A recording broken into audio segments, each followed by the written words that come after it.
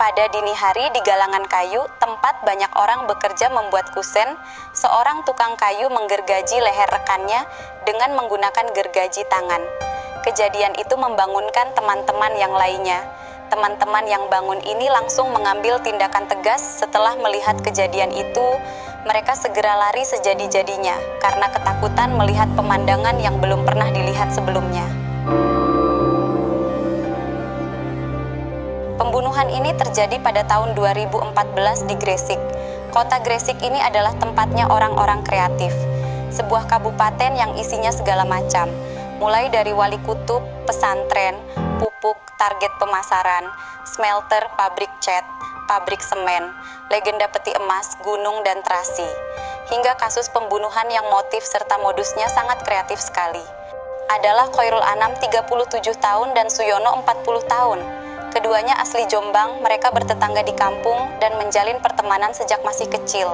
Dapat dikatakan mereka bersahabat. Mereka pun bekerja di bengkel kayu yang sama di wilayah Bungah, Gresik.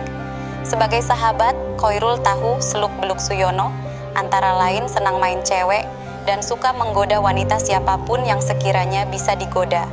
Suyono juga tak jarang bercerita tentang hobinya kepada Khairul. Semua ceritanya adalah tentang cewek. Sepertinya Suyono sudah sangat menjiwai tentang bab cewek berbagai bentuk. Sebenarnya cerita itu nggak nyambung dengan Khairul yang basicnya bukan pemain cewek. Namun Khairul membiarkan saja, namanya juga teman sejak kecil. Hingga satu hari, semua kisah itu berubah dalam sekejap. Saat itu Khairul pulang ke Jombang pada Oktober 2014 untuk ketemu istrinya yang bernama Mar. Mungkin pada saat itu istrinya sedang mood atau gimana ya. Lah kok tiba-tiba di dalam kesantaian hari itu, istrinya malah cerita pernah ditiduri Suyono 2 kali. Mendengar cerita itu, Khairul langsung naik pitam, merasa dikhianati oleh istri dan sahabatnya sendiri. Khairul langsung menginterogasi istrinya dengan lebih serius lagi. Namun, kata istrinya, ia sama sekali tidak berdaya kala Suyono melancarkan aksinya. Semacam terhipnotis, tak bisa berkutik, dan melek-melek merem, kira-kira begitu. Suyono juga memberi Mar uang sejumlah 200.000 setelah berhasil menggaulinya. Hal ini membuat Khairul dihantui rasa marah kepada temanya, tapi tidak ke istrinya. Dia terus kepikiran berlarut-larut susah tidur mendengar cerita istrinya tersebut. Hingga akhirnya, masa pulang Khairul sudah selesai. Dia harus kembali ke galangan kayu di Gresik, yang mana di sana ada Suyono yang masih belum pulang ke Jombang. Sepulang dari Jombang, Khairul terus memikirkan sesuatu yang buruk. Dia telah memendam kemarahan yang luar biasa di dalam hatinya, dan mulai mencari celah akan apa harus dilakukannya. Tidak ada obat yang dapat menyembuhkan sakit hatinya. Pokoknya, Suyono harus diberi pelajaran tanpa ampun, meskipun itu harus mempertaruhkan masa depan. Khairul semakin teringat kala Suyono cerita tentang menggauli cewek dengan berbagai pose yang liar. Dia juga berpikir bahwa istrinya telah digaulinya dengan banyak model pose tersebut. Bahkan dia juga berpikir bahwa Suyono juga cerita ke teman yang lainnya bahwa istri Khairul telah digaulinya juga. Karena Khairul tahu bahwa Suyono sangat gemar bercerita yang model begitu. Singkat cerita, malam pun tiba. Waktu yang ditemukannya celah untuk menghabisi Suyono. Pada Senin 14 Oktober pukul 2 dini hari, semua orang termasuk Suyono saat itu sedang tidur pulas. Khairul mantap hati untuk menghabisi Suyono. Sebelum beraksi, ia menelepon istrinya untuk memberitahukan niatnya mengeksekusi Suyoni. Sang istri sempat melarang dan terus melarang. Akan tetapi Khairul terlanjur gelap mata. Rasa sakit hatinya tak bisa dibendung sedikit pun. Malam itu Khairul mendapati Suyono tertidur pulas di bengkel kayu yang tak jauh dari teman lainnya. Tanpa pikir panjang, ia ambil balok kayu keras terbaik dan besar, lalu menghantamkannya sekuat tenaga dengan selebrasi tepat ke kepala Suyono. Sebuah serangan telak yang membuat Suyono tidak bergerak sama sekali. Namun, hal ini belum bisa membuat Khairul merasa puas. Saat penghantaman itu, teman-teman mereka kaget dan bangun akan suara hantaman keras. Tapi mereka belum menyadari suara apa itu. Mereka kemudian melihat Khairul menghampiri Suyono, sambil memegang gergaji tangan yang biasa dipakainya saat bekerja, lalu menggergaji batang leher Suyono sampai nyaris terpisah.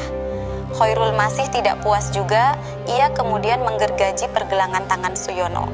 Perbuatan Khairul dilihat oleh teman-temannya yang baru bangun kaget ini, dan berada di bengkel kayu itu. Mereka tercengang sejenak dan tak ada yang mencoba berusaha menghentikannya. tapi mereka langsung pasang badan bersikap realistis dan lari berhamburan sejadi-jadinya daripada turut dihabisi Khairul. Beberapa ada yang lari paling hingga termehek-mehek mengira Khairul mengejarnya tepat di belakangnya. Padahal yang ada di belakangnya itu juga teman yang ikutan berlari. Tanpa tahu ada apa, dia bangun dan langsung berlari karena melihat teman-temannya berlari, tanpa tahu apa yang sebenarnya terjadi. Mereka juga nggak mencari tahu masalah Khairul menggergaji Suyono itu apa dan kenapa. Namun tak hanya pekerja kayu itu saja yang berlari, Khairul pun juga berencana untuk berlari juga sehabis menghabisi Suyono di malam itu. Akan tetapi polisi berhasil mengamankannya 30 menit setelah kejadian. Khairul pun segera digelandang ke ruang sel Polsek Bungah untuk dimintai keterangan.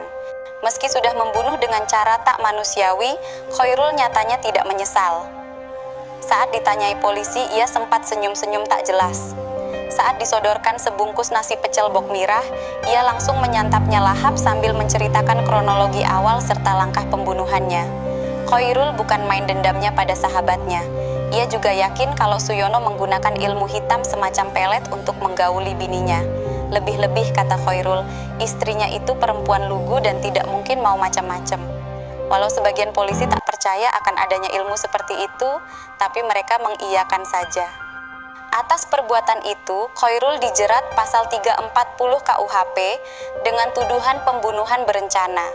Jaksa penuntut cukup berbaik hati dengan mendakwanya 20 tahun penjara, dan Majelis Hakim PN Gresik akhirnya memutusnya dengan vonis 17 tahun. 1 tahun kemudian, entah terinspirasi atau kebetulan saja, terjadi sebuah kasus percobaan pembunuhan di Driorejo, Gresik. Lagi-lagi caranya dengan menggunakan gergaji.